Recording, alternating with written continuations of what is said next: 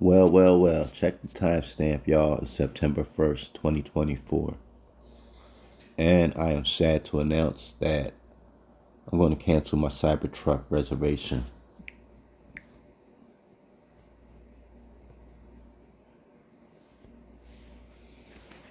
So I need my $100 back.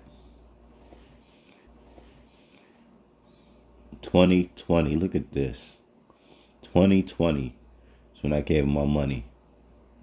It's almost 2025 now. I think they should get back more than $100 now because of inflation. What do you think?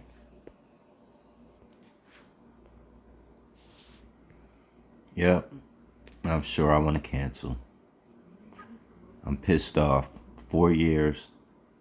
This money could have been in the market, could have did a lot more.